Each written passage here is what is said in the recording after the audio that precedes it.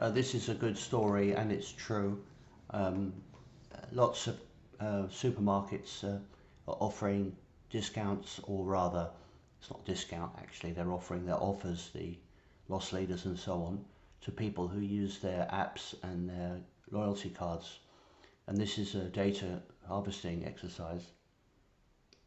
They uh, try to get insight into customers' spending habits by watching what they do and how much they spend and what they buy, and get a habit. You know if people have got children or pets, or if people like sugary stuff, or on a diet, um, or expecting a baby, and all these type of things can be worked out from loyalty cards.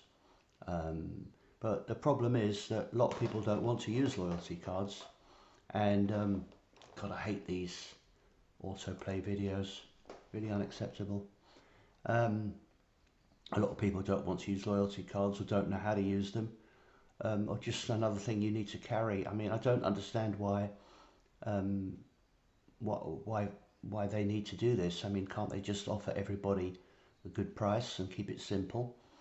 Um, I mean, I understand the. I mean, if prices are reasonable, quality is good, then people will come back, won't they, and purchase things. I mean, what normally happens is people buy a few offers, and also buy a few things that they particularly want, regardless of the discount. And this is how you get people into the shop, because most people don't just buy what's on promotion, they also buy things that they must have or really want, not necessarily because they're cheap. Um, but the thing is, the technology is taking over our lives, and they're trying to get people used to using the telephone, and eventually our existence will be defined by a telephone, and defined by, well, it's not even a telephone now. It's basically a digital tracking device. It knows exactly where you are. It knows, it's got, you do your banking on it. You send messages. It knows your politics. It knows what you look like. It may know your bank details, your fingerprint, and and what you're up to, basically. And the question is, at what point does this end? And is there not a potential, well, more than a potential, for it to be misused? I mean, we're all being tracked as we move around. Our physical location is tracked. We're being monitored by 5G and CCTV, which is everywhere now. And, do we want to retain our humanity? Now, like most people, I do find the phone very convenient. It does offer maps and things like that, which are useful. And it is convenient to do banking online. Um, but I don't want it to define our life, and I think that everybody needs to have the guarantee that they don't have to do things online, right? I mean, eventually it will become impossible not to. As elderly people die out, the younger generation will be more familiar, or younger people will be more familiar with buying online and loyalty cards, digital apps, and that kind of thing. And eventually, it will be, you'll have to have an app. I mean, a couple of years ago, I spoke to a guy I know who lives in China, and he told me that they have almost no contact with shopkeepers anymore, because they buy everything digitally. You know, I mean, I went into an Amazon shop just to try it out, and it was pretty clever. I mean, I bought a load of things. I scanned in. I bought some stuff and left. And after I got home, I got the bill for what I bought. I mean, and it can tell what you've purchased, what you bought, and because of all the cameras. It's very, very clever. I mean, I can't deny it. The people who design this stuff are very, very clever. We're dealing with incredibly clever people. But also we need to understand that being clever isn't everything. And just because some people are clever, it should not give them the right to trick people into doing something that is not, I mean, we need to be respectful to people who maybe are simple or old-fashioned. I mean, years ago, I'm one of these people who like to talk to people on the bus or at the bus stop. I mean, most people seem to appreciate it, especially the elderly. Um, but I mean, what kind of world are we going to inherit if everything is done online? I mean, people are going to have, I mean, they're even trying to promote like sex robots, and there's some stupid stories, you know. I mean, they are stupid, with men whose partner is a blow up doll or something. I mean, it's stupid. I mean, it's really, really stupid. And yet, this is what we're being presented with. And a lot of stuff to me seems like a joke, but they're probably a younger people or maybe naive people who can't understand what's going on, and might even find all this plausible. It's like, climate change or viruses. You still get people, even on a nice summer's day, you get people wearing face masks, walking alone in the park, and now they're being tricked into believing there's some new variant, the XB1172983 Gamma Delta Epsilon or something. They just make it all up, you know. And instead of people just enjoying their lives and enjoying, if it's raining, it's raining, if it's hot, it's hot, if it's cold, it's cold, you know, people should just be told to get on with it. It's just called weather. People have weather, and people do get ill. And it's not, nobody likes to be ill, but the idea that there's some sort of magic potion that will protect you. People who get vaccinated and wear masks do not enjoy any recognizable health benefits compared to people who just couldn't give a shit. I mean, the best protection against viruses seems to be not caring about them at all. Think about it. What kind of virus is it that only affects people who care about it or worry about it? I mean, I'm not bothered about it. I mean, actually, I've,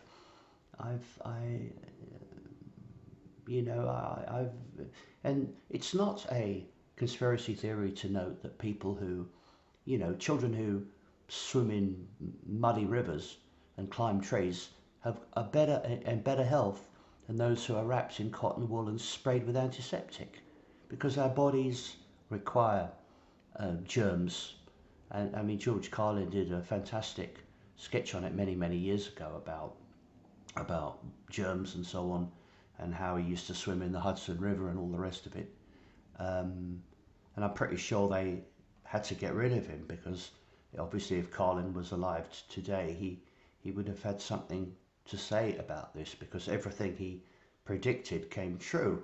I mean, it's always been the case that Americans are very squeamish, and they need plastic teeth, and they're horrified by body odor and all the rest of it, But if you look at Americans, they're so obese. And if you look at the kind of food they eat, it's packed with all kinds of additives. And why are people getting so fat compared to how they used to look? I mean, if you look at Americans in the 50s and 60s, they were slim and good looking. And they were eating lots of butter and red meat. And then the more people worry about their health, and the more, genetically modified food, artificial flavoring and sweeteners, seed oil, which I no longer drink. I mean, I don't drink, soft drinks apart from tonic water. And another thing I've noticed, it's very difficult, except in the premium brands, you can't find any non-diet drinks that don't contain sweeteners. Even the non-diet drinks contain sweeteners, and even things that really shouldn't contain sweetener. I mean, I bought some Baxter's, I like beetroot, it's very healthy and tasty. I bought Baxter's baby beetroot in a jar, and if you look at the ingredients, it contains artificial sweeteners as well as sugar. Now, it's definitely not a traditional recipe, and why would they need to add that? They don't need to add it at all. And I find personally the artificial flavour of artificial sweeteners unpleasant. I don't like them at all. In fact, many people don't like them at all. If you go online and look for it, you'll find many people are complaining. I used to go to Waitrose to buy their own brand tonic water, which at the time didn't contain sweeteners, and a lot of people liked it. And now, not only has the price gone up, they've added sweetener to their own brand non-diet tonic. Why would they do that? It can't be to save money because it's a non-diet drink, and there's a sugar tax. So if you're going to pay the sugar tax, then that's what you want, sugar.